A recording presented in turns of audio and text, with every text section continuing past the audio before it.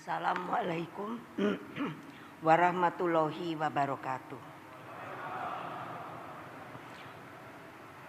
Salam sejahtera untuk kita semua. Om Swastiastu, Namo Buddhaya, salam kebajikan, Rahayu.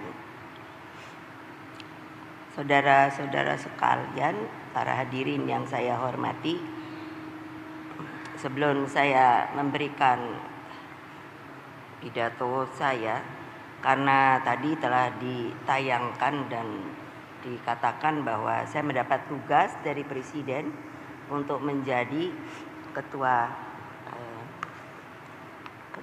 Dewan Pembina Badan Pembinaan Ideologi Pancasila.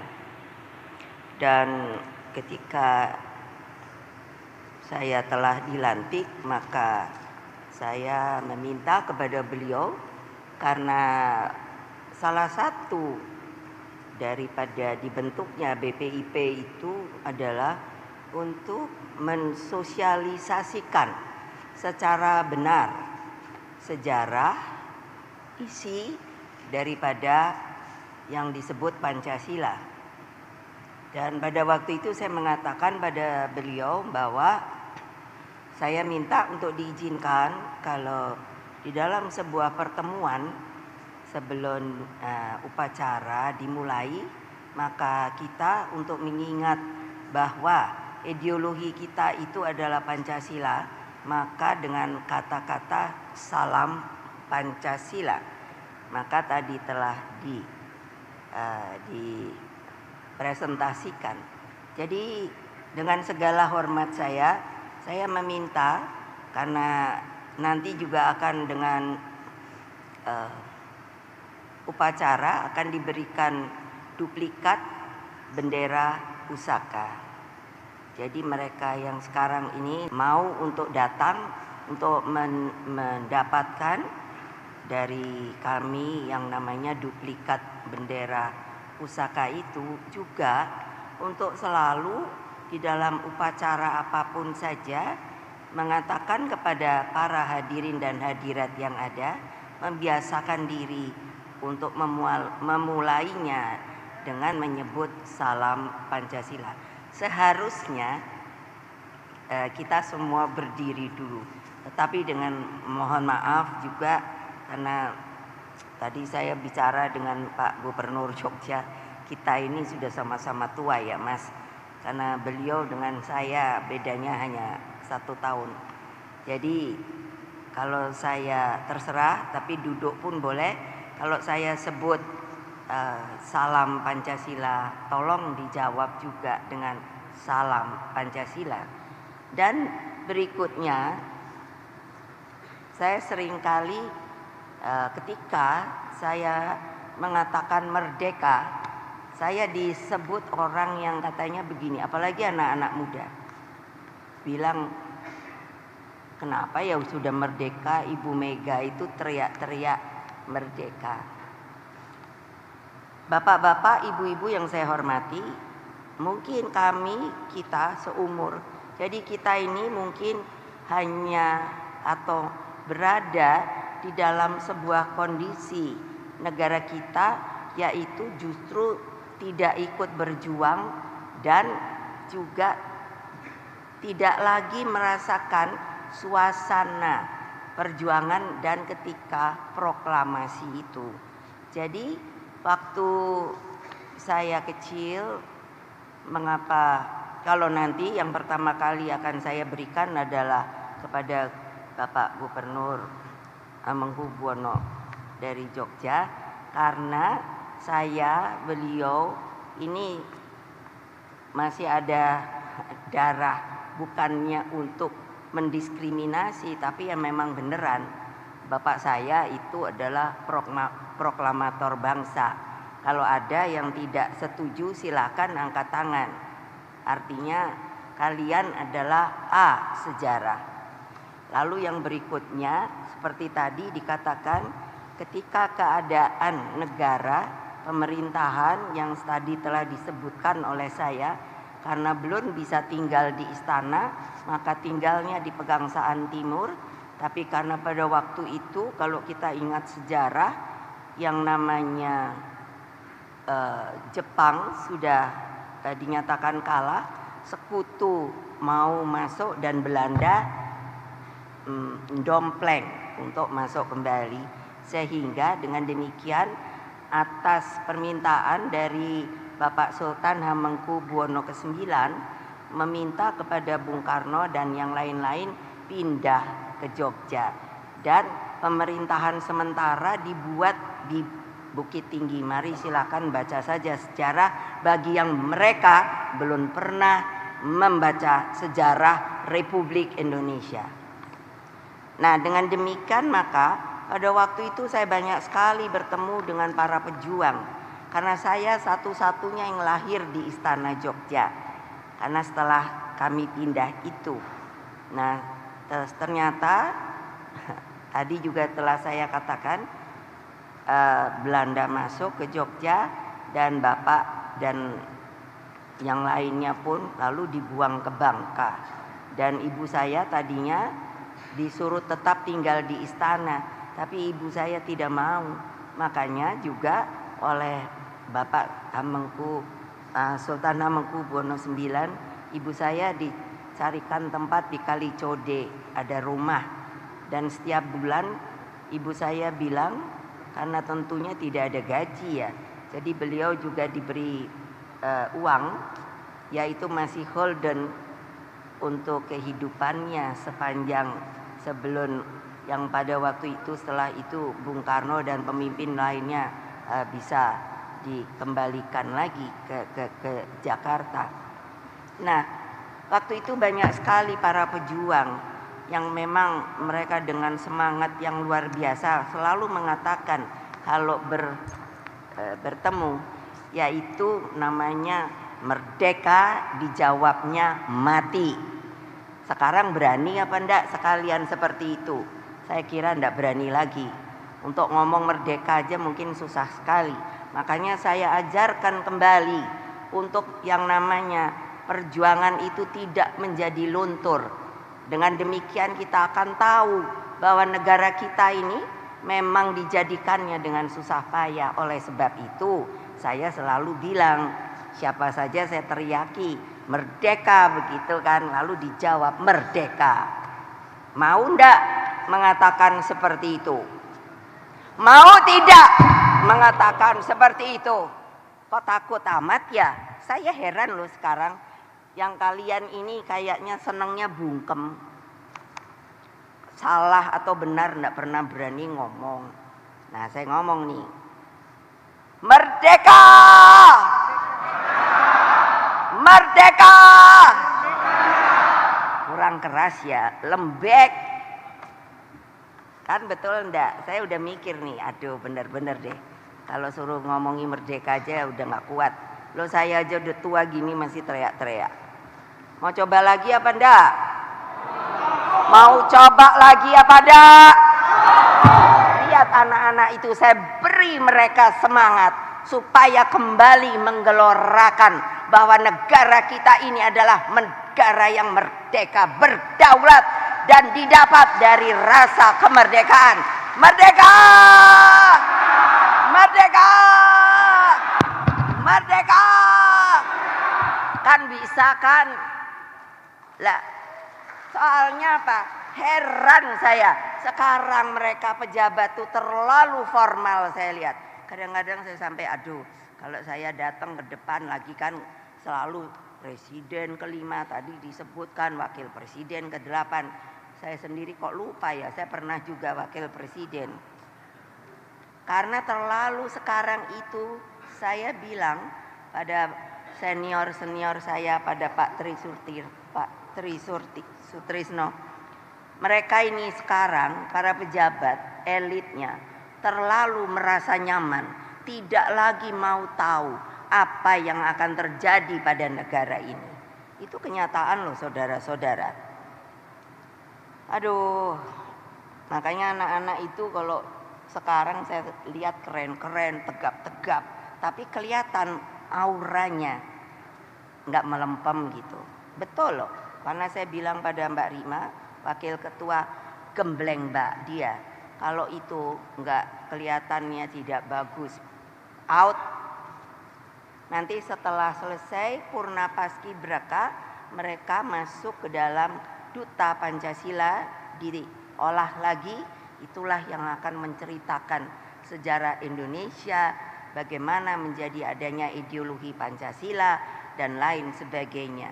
Karena kalau bukan kita sendiri yang menyayangi negara ini, yang mau berbakti pada negara ini, pada republik ini, pada bangsa ini, lalu siapa?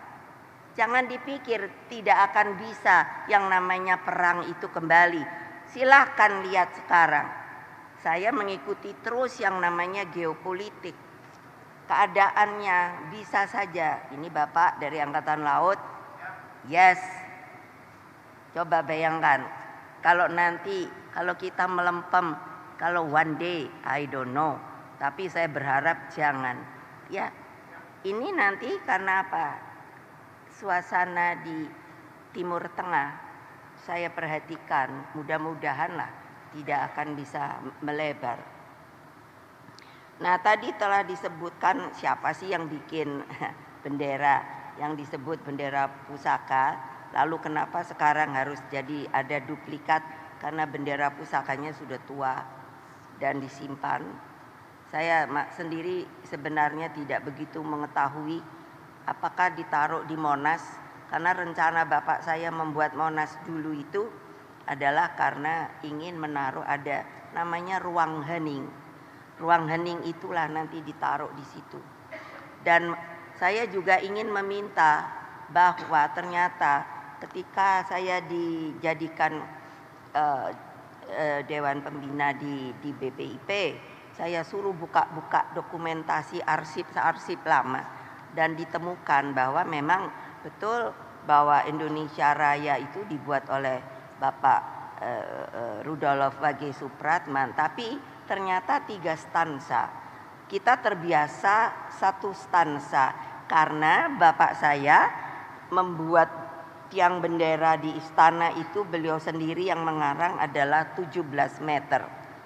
Sehingga ketika kita nanti 17 untuk mengingat. Jadi kalau dilihat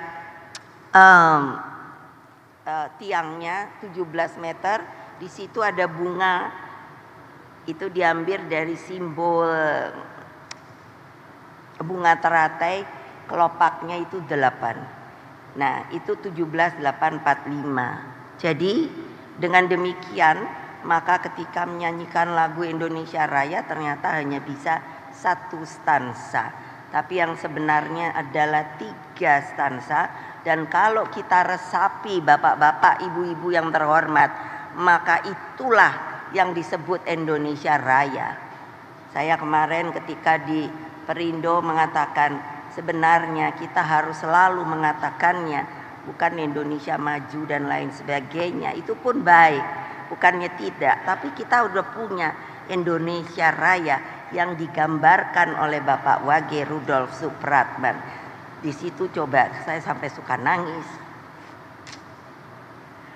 Coba boleh resapkan. Situ ada doa. Meminta. Masa kalian yang sudah merasakan kemerdekaan itu lalu luluh?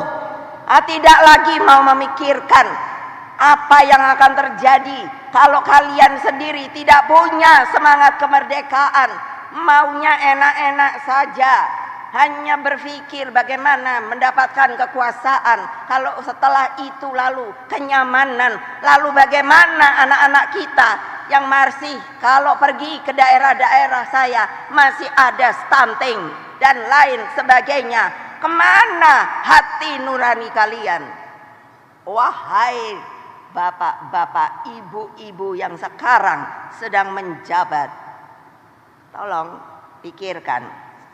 Saya kalau pidato memang begini, tidak bisa kalau saya suruh lembek-lembek, karena saya sendiri lalu mikir hidup saya ini kalau lembek, kalau saya rasa saya sendiri tidak bisa menerima, karena diajarkan oleh bukan hanya bapak ibu saya, kakek nenek saya, para pejuang dan lain sebagainya. Alhamdulillah saya ketemu, kalau mungkin ada dari kalangan tentara, dulu ada namanya TP, ada namanya TRIP. itu tentara pelajar, ada tentara Republik Indonesia Pelajar Bagian Jawa Timur. Itu semua saya tahu. Kalian pun sebenarnya harus demikian, mau tahu sejarah bangsa. Tapi tidak, mulai melupakan. Sehingga akhirnya kita akan menjadi sebuah negara, saya khawatir, negara yang lemah. Tidak punya kebanggaan kembali sebagai bangsa yang besar. Coba ya, kan saya tadi bilang nggak ada kemerdekaan Indonesia itu diberi. Nggak. Ribuan orang gugur pada peristiwa 10 November tahun 45 di Surabaya. 19 Oktober itu ada para pemuda naik ke Hotel Yamato untuk merobek bendera Belanda yang namanya merah, putih, biru. Dirobek. Sekarang masih ada nggak keberanian kayak gitu? Saya sendiri nggak tahu. Terus belum lagi, apakah lupa mereka yang datang dari Sulawesi itu kayak apa yang namanya kekejaman Westerling pada tahun 1946-47 itu masakre di Sulawesi Selatan. Masa sama sekali seperti menjadi debu. Lalu coba kalian pergi ke TMP, Taman Makam Pahlawan. Saya orang alhamdulillah sudah pergi ke seluruh Indonesia. Bukan hanya kota-kotanya, kampung dan desa. Saya jalani, saya ingin tahu seperti apa Indonesia Raya itu. Apakah kalian semuanya sudah pernah pergi ke seluruh Indonesia? Pasti kalau taruhan sama saya menang. Pasti belum. Nah, sampai Bung Karno membuat Lemhanas, Lembaga Pertahanan Nasional. Padahal maksudnya dulu adalah untuk menyatukan yang namanya inspirasi, persepsi sebagai orang Indonesia, sehingga meskipun kulitnya beda antara orang Jawa dengan orang Papua. Ada kemarin yang datang kepada saya yang anak dari Wamena. Beliau anak itu kaget. Namanya siapa Mbak Rima? Yang dari Wamena? Ya? Lili. Nah, dia kaget ketika kamu dari mana kan? Dari Wamena. Saya kalau dari timur itu dipanggilnya Mama. Oh, saya sudah ke Wamena. Kamu pernah makan belum? Namanya udang selingkuh. Kaget dia. Kok Mama tahu udang selingkuh ya? Ada. Sudahkah kalian pernah makan udang selingkuh? Angkat tangan. Namanya udang selingkuh. Adanya di sungai apa itu? Besar. Coba bayangkan. Jangan hanya ingin pergi ke luar negeri saja. Datanglah ke seluruh daerah. 38 provinsi, saudara-saudara. Coba bayangkan.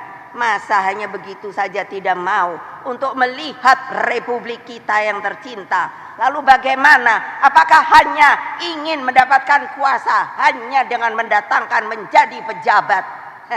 Nonsens. Nggak langgeng.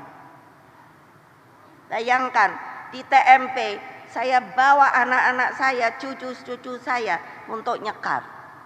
Dan saya suruh cari yang pertama adalah apa? Nisan tanpa nama.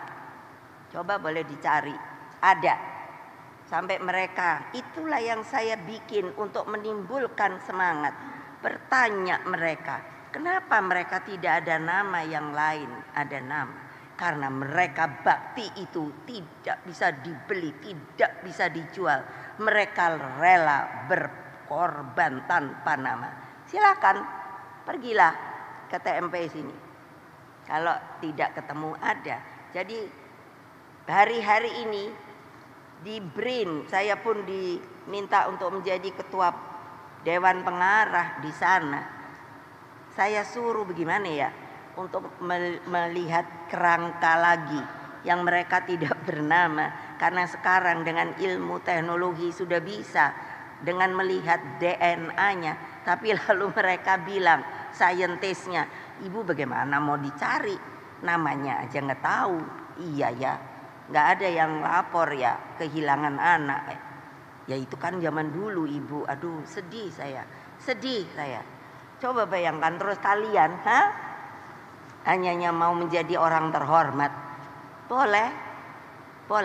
Tapi ingat riwayat mengapa Indonesia bisa merdeka. Saya bilang begitu. Sampai hari ini kalau saya ngomong, saya minta supaya katanya kita berdemokrasi. Siapa yang nggak setuju angkat tangan, catat nama, telepon sini, datang ke saya, diskusi. Nggak ada loh, nggak ada. Nggak tahu nggak berani atau memang mengakui apa yang saya katakan. Bangkitkan kembali yang namanya kesejarahan kita itu. Angkatan laut, angkatan udara. Saya tahu Laksamana pertama adalah Bapak Subiakto. Betul apa tidak? Saya kenal pribadi. Ayo, ceritanya saya tahu. Istrinya adalah Ibu Rahmi. Ibu Rahmi itu siapa? Istrinya Pak Hatta. Saya kenal. Jadi saya bilang sama Mas Hamengku, Mas, orang kayak kita nih udah tinggal berapa Mas yang mengetahui bagaimana membuat republik ini ya? Beliau bilang iya ya Mbak. Lah iyalah, orang sekarang maunya keren aja. Coba bayangkan, KSAU-nya siapa? Pak Surya Dharma. Gampang saya ngomong dan ketemu, bukan yang enggak. Jadi saya nih apa sih istilahnya, sejarah hidup yang ngelihat sendiri perjuangan itu seperti apa. Bapak saya, bayangin umur 16 tahun loh mulai berpolitik di Jawa Barat. Mana perwakilan dari Jawa Barat ada apa tidak? Mana? Oh, terima kasih Pak hadir. Bayangkan umur 16 tahun loh Pak, mulai dia berpikir kenapa kok kita dijajah. Padahal dia sekolah di ITB, dulu apa ya namanya. Sampai kalau sama profesornya bapak saya bilang, dipanggilnya apa? Inlander Soekarno. Kalau kamu mau pintar, cepat-cepat kamu jadi insinyur. Gitu. Inlander, tahu nggak Inlander? Seperti orang yang inlander apa ya, tidak diakui. Bayangkan dia sudah tahu keluar masuk penjara, dibuang ND, Bengkulu, Bangka, Perapat. Coba bayangkan, suka miskin itu langganannya. Kalian tidak punya nurani, kalian tidak punya etika, kalian tidak punya moral. Ayo pikir bapak-bapak, ibu-ibu terhormat. Apakah begitu sekarang Indonesia Raya itu ada makhluk-makhluk manusianya? Saya nggak bisa kalau terus nggak boleh ngomong Bu, nggak boleh ngomong. Enggak, saya punya mulut. Hak saya untuk berbicara. Kalau mengakui negara kita adalah negara demokratis. Tolong diingat, kebetulan nih, karena saya tadi udah dari kemarin saya udah minta siapa aja sih PJ-PJ-nya yang datang, gubernurnya siapa aja sih? Ya, karena saya ingin ngomong seperti ini. Nggak tahu sadar apa tidak, nanti akan kelihatan. Karena apa? Di dalam Undang-Undang Dasar Republik Indonesia tahun 1945, setiap warga negara mempunyai hak yang sama. Kalau saya salah ngomong, tidak laki, tidak perempuan. Jadi artinya jangan ya macam-macam. Ya dong, gimana sih udah diberi hak yang sama? Tidak ada dari presiden sampai kaum papa, haknya sama. Ingat. Begitu juga dalam pemilu langsung haknya sama. Jadi berikan kepada rakyat hak mereka. Jadi kalian, saya minta sungguh-sungguh jangan tidak netral. Jangan tidak netral. Saya akan tahu kok. Tapi saya gini loh, saya elus dada saya. Hah. Tadi sebelum ke sini ada siapa itu enggak tahu ngomong. Yang namanya apa? Mengatakan katanya saya tidak ini sama presiden. Lo enaknya lo dia ngomong kayak gitu. Lo saya sama presiden ya baik-baik aja. Emangnya kenapa? Hanya karena saya dikatakan karena saya tidak mau ketika diminta 3 periode atau karena saya katanya tidak mau perpanjangan. Loh, saya tahu hukum kok. Mana yang ahli hukum angkat tangan? Itu kan ranahnya namanya konstitusi. Ya saya tidak punya hak loh mengatakan boleh apa tidak. Itu kan mesti majelis permusyawaratan rakyat. Karena apa? Ketika dari yang namanya presiden seumur hidup itu waktu reformasi kan dirubah itu TAP MPR. Saya tanya pada ahli tata negara, apakah MPR yang sekarang disamakan ini TAP-nya itu masih berlaku? Yes. Ada yang mau nyanggah? Ahli hukum tata negara? Ya, silakan. Toh, lihat. Karena saya ngomong kebenaran. Saya nggak mau republik ini rusak. Dan rusaknya oleh kalian sendiri, orang Indonesia yang sudah tidak merasa lagi yang namanya kita harus bergotong royong, harus kekeluargaan, tidak ada lagi yang namanya Bhinneka Tunggal Ika. Gimana ya? Terus kalian mau jadi apa? Elit aja. Wah, kalau udah dibilang elit luar biasa.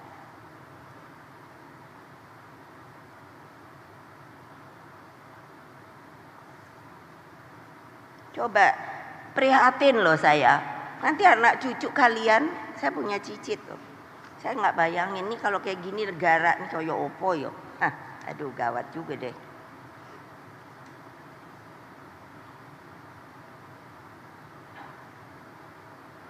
Bayangkan ya, coba ya, bukan saya menyanjung bapak saya sebagai bapak, tentu sebagai bapak saya sangat hormati. Tapi dia adalah seorang manusia Indonesia loh, yang visioner loh. Mengapa sampai dia berupaya membuat konferensi saja Asia Afrika yang namanya gerakan non-blok dan lain sebagainya. Akibat itulah begitu banyak yang namanya apa? Negara-negara terjajah itu menjadi merdeka. Tolong dong pikirkan. Jadi kalian tuh maunya jadi apa ya? Saya sendiri. Loh karena hidup saya itu udah menurut saya unik. Unik loh. Saya anak presiden. Tinggal karena bapak saya presiden. Wah, semua orang gini-gini di Istana Merdeka sono. Saya boleh tidur di Istana Jogja. Saya lahir di situ. Karena anak presiden. Setelah Pak Harto, bapak saya diturunkan. Terus kami, wah orang langsung gak ada yang mau kenal kami. Wah saya rakyat biasa. Ini pengalaman hidup loh, bukannya subjektif, itu kenyataan. Coba bayangkan, dengan demikian, lalu ya saya tidak apa-apa. Saya bilang hanya saudara-saudara, kita hidup yang benar. Jaga nama bapak kita. Akhirnya masuk politik. Ya akhirnya presiden lah, wapres lah. Sampai sekarang saya masih laku. Iya maksud saya laku, dikasih kerjaan. Saya nggak minta. Saya suka guyon sama ibu Menteri Keuangan. Saya baru tahu karena saya nggak pernah mikirin. Ternyata di apa itu PNS ya itu. Gaji itu nggak boleh 2 ya. Saya baru tahu loh, beneran loh. Saya kan megang BPIP sama BRIN. Ternyata yang di BRIN saya nggak dapat gaji loh. Coba bayangkan kalau saya mau berontak kayak apa? Enggak, saya oke aja. Oke, nggak apa-apa mbak. Saya bakti saya pada negeri kok. Kalian tuh mestinya begitu loh bapak-bapak, ibu-ibu. Maaf ya, saya ajari. bakti pada negeri tahu. Nah, siapa yang nggak mau ngangkat tangan? Jantan kalau laki-laki, kalau perempuan bingung juga saya manggilnya apa. Pokoknya jangan pengecut. Betul loh. Saya sengaja ini nggak ada yang tahu kalau saya mau gini. Karena saya pikir, kapan lagi ketemuan nih? Gitu. Padahal belum ketemuan sama yang benar kan. Cuman berapa orang ya gubernur sekarang yang masih? Berapa ya? Hah? Berapa ya? Hah? Yang datang? Atau yang masih? 10. Masih ke sini? Ada? Bukan? Ada? Atau diwakili? 10 Bu yang hadir. Lah ya. Yang lain kan PJ kan? 14 PJ.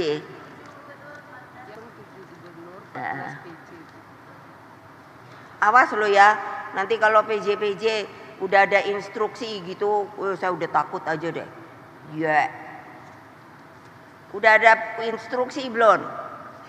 Saya udah ketawa aja. Lah iya le, kalian mau PJ lo, udah deh netral aja dah, ngerti lah. Aduh gawat ya. Bayangkan dengan merdeka Indonesia berjuang membangun tata dunia baru yang lebih berkeadilan dan Indonesia menjadi taman sarinya dunia. Atas dasar semangat di atas, maka duplikat bendera merah putih ini akan diserahkan sebagai satu kesatuan dengan buku pidato lahirnya Pancasila pada tanggal 1 Juni 1945 dan salinan naskah proklamasi kemerdekaan Republik Indonesia tahun 1945. Terimalah ketiganya sebagai persembahan peringatan hari ulang tahun kemerdekaan Indonesia ke-79. Tolong insaf ya, kita nih merdeka baru 79 tahun loh. Saya ngiri loh sama China, sama Amerika, sama Rusia. Kalau India sama-sama lah. Bayangkan loh, Amerika itu kan sudah 200-an tahun. Meskipun dia itu beda sama kita. Kayak dalam artian ideologinya dan lain sebagainya. Tapi anak sekolah ketika saya pernah diundang ketika di DPR itu hampir 40 hari 4 fraksi. Lalu saya disuruh beri ceramah ke sekolah apa. Wah, saya anak SD. Kalau ketika saya tanya, siapa bapak bangsamu? Itu berdiri loh. Langsung berdiri. George Washington. Gile batin gua. Luar biasa. Sekarang ayo. Boleh, ayo. Saya sampai nanya sama Pak Madi Makarim, merdeka belajar itu apa toh? Betul loh. Maaf ya bapak-bapak, ibu-ibu, kita ini menurut saya loh boleh dong kalau nganggap Indonesia ini demokratis. Saya hanya tidak ada mau menjelekkan, cuman mikirinnya gitu loh. Kok kita nih kayak poco-poco, ganti pemimpin, ganti aturan. Yang udah baik nggak dipikirin, pokoknya mesti ganti aturan.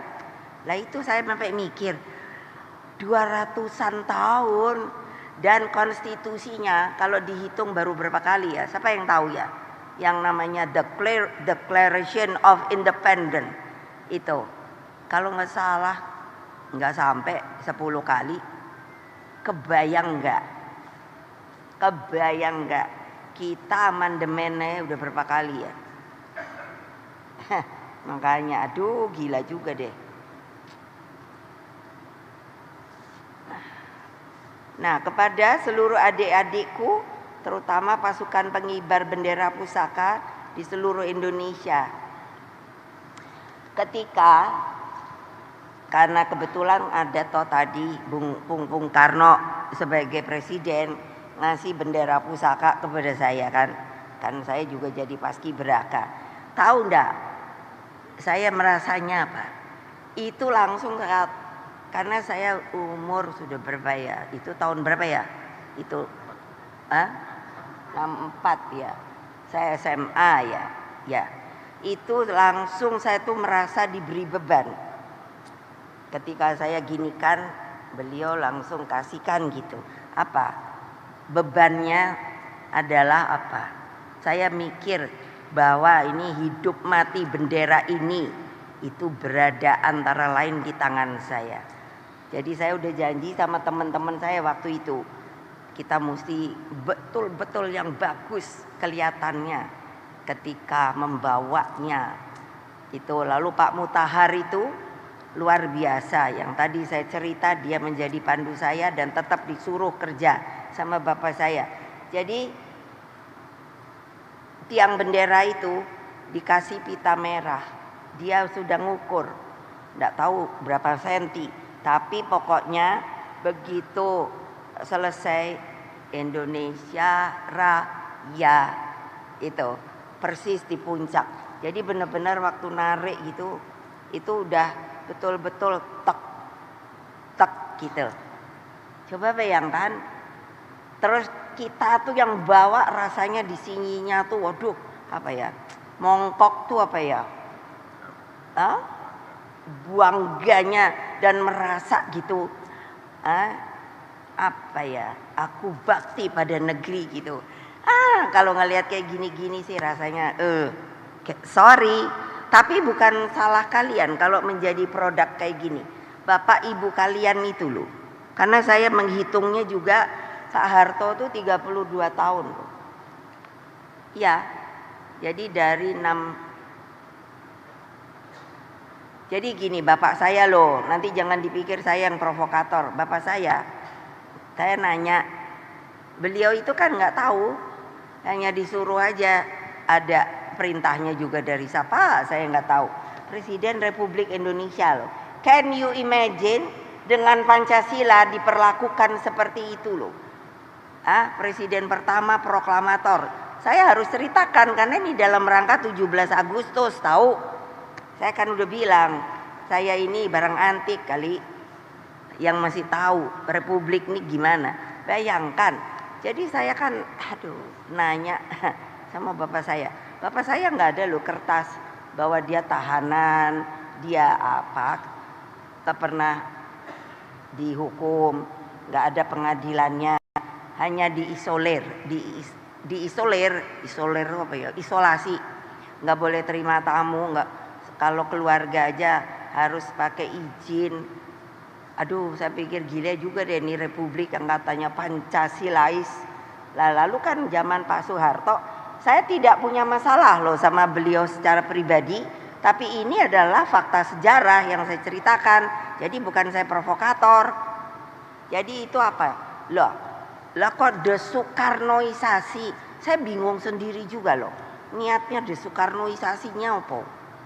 Hanya nahan bapak saya, kami keluarga terkena juga, nggak boleh sekolah, nggak boleh kuliah.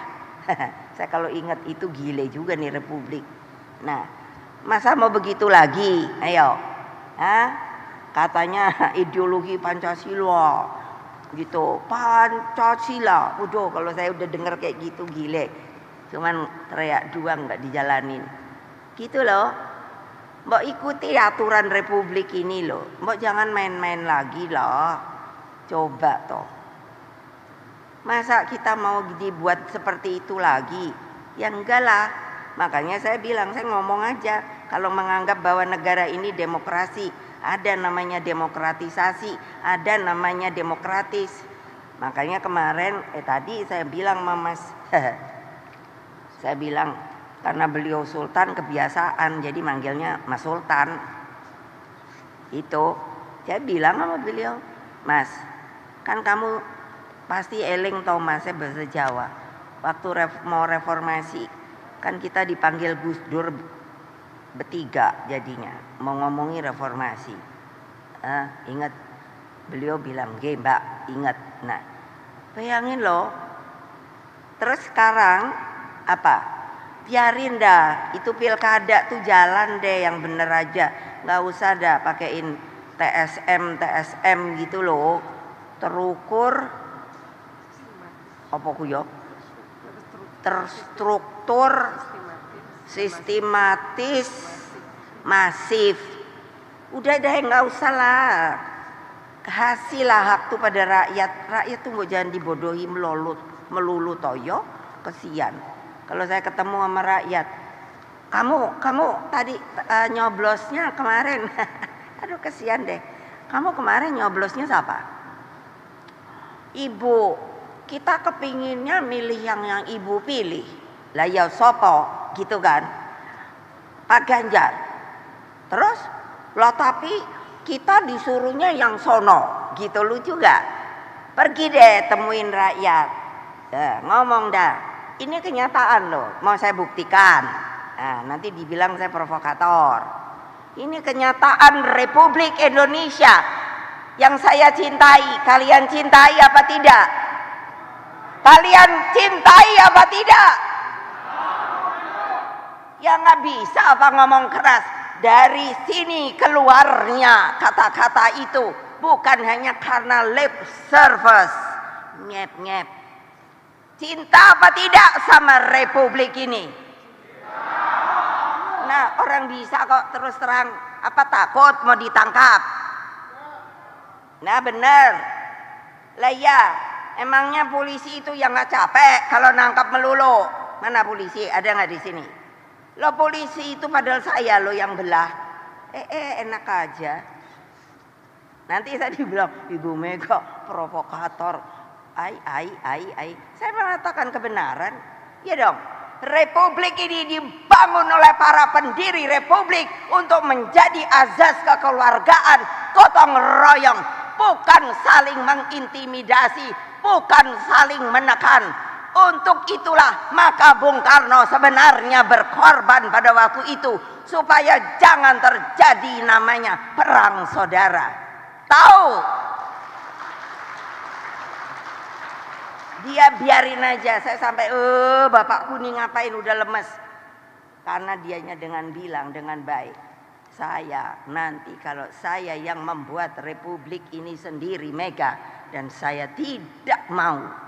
Karena apa? Pada waktu itu terbelah, rakyat masih banyak yang sayang Bung Karno, pro. Masa mau begini? Dak, gitu.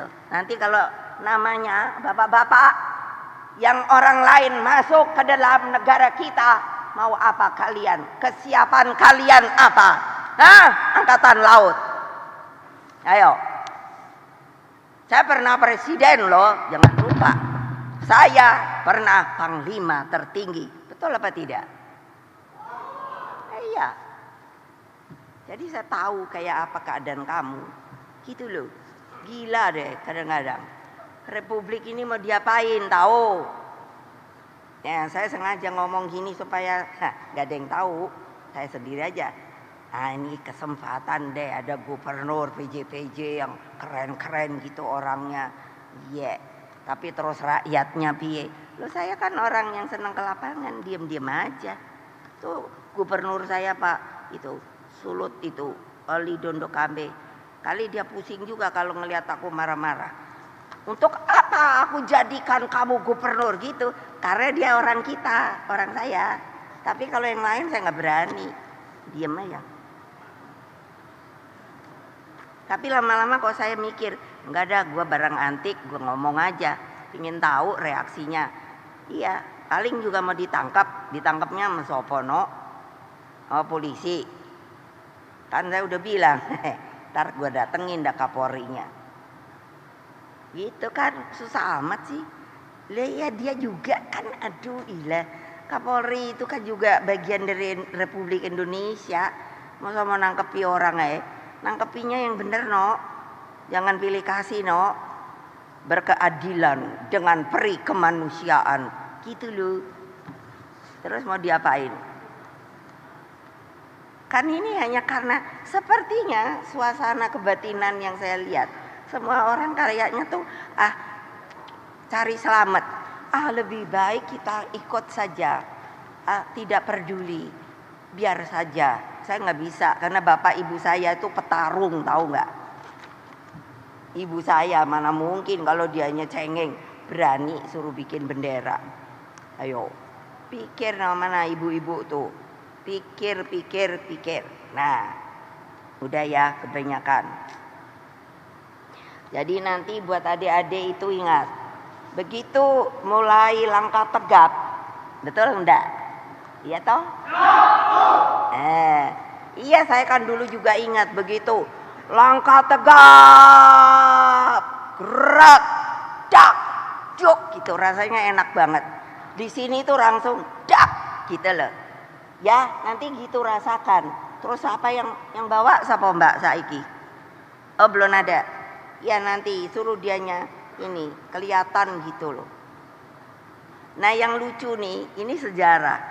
Padahal Bung Karno itu karena sayangnya sama bendera pusaka. Saya sudah tanya nih berkali-kali ada yang tahu. Jadi ketika Bung Karno keluar, dia lupa tidak membawa baki. Padahal baki itu yang saya bawa dan saya tahu. Karena kalau sudah mau 17 Agustus gini, itu di apa namanya? Disepuh tuh loh. Karena itu perak. Kalau ininya tuh karatnya, kalau perak apa ya? Apa sih, kalau emas kan 24 karat gitu ya. Berat loh. Saya karena yang membawa sering kali loh, jangan dipikir karena anak presiden nggak kena hukuman, kena. Karena berat kan mestinya begini. Itu lama-lama nurun. Jadi saya dihukum, disuruh begini. Panas-panas loh Kak Olia. Gini. Toto melorot lagi. Hai, kapan habisnya nih hukuman, suruh naik lagi. Karena itu tidak ditemukan. Nah, siapa tuh yang ngambil nggak tahu dah. Betul. Ini fakta sejarah yang tersembunyi. Padahal itu adalah untuk bawa tuh bendera. Jadi semua jangan berpikir bahwa itu ada yang merencanakan, kecuali hanya Bung Karno. Beliau begitu cintanya sehingga beliau sudah berpikir dengan jauh nanti. Karena beliau, ibu saya itu seniman. Jadi meng-create, harus begini, begitu loh. Saya sangat bisa melihat ditaruhnya nanti begini, begitu. Jadi nanti bapak-bapak, ibu-ibu, saya mohon jangan dikelelerkan bendera duplikat itu. Hormat kalau bertemu, karena kalau tidak ada bendera itu maka kita pun akan menjadi orang papa dan hina. Bayangkan kalau boleh lihat di Afrika masih banyak negara-negara yang belum merdeka atau pecah dan lain sebagainya. Jaga, awas kalau enggak, kan jahat, saya mau diapain gitu. Lah saya aja kayak mau diapain. Loh, asal ngomong gini kok kayak provokator. Ibu Mega provokator, gile. Makanya saya nanya kan, apa salah saya? Enggak ada. Saya mengatakan kebenaran karena kecintaan dan bakti saya pada negeri ini. Dan karena pengorbanan begitu banyak rakyat Indonesia sebelum merdeka dan sesudah merdeka. Kamu harus ingat kepada hal-hal itu, saudara-saudara. Awas kalau kalian hanya egois. Awas kalau kalian hanya maunya untuk keenakan diri sendiri dan keluarga kalian. Demikian, terima kasih. Wassalamualaikum warahmatullahi wabarakatuh. Salam Pancasila. Merdeka! Merdeka! Merdeka! Terima kasih kepada Ibu Ketua Dewan Pengarah BPIP atas arahannya. Di antara banyak sumber informasi, kami layak dipercaya. Karena kami menggali lebih dalam, berpihak pada kebenaran,